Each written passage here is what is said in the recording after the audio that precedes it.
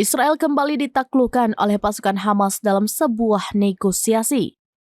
Kini pasukan IDF bersedia menarik seluruh tentaranya dari koridor Netzarim di jalur Gaza.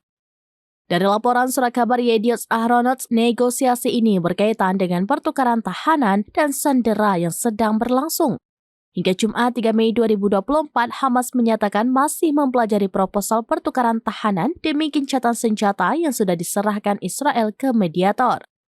Koridor Netzarim sendiri adalah jalur yang menandakan terpisahnya jalur Gaza Selatan dan Gaza Utara.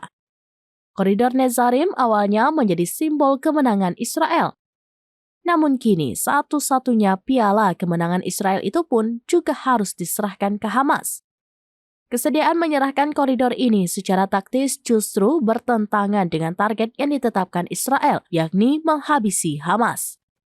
Dengan keberhasilan ini, kelompok milisi Palestina Hamas diyakini akan secara mudah mengumpulkan pasukan dan mengorganisir kekuatan baru.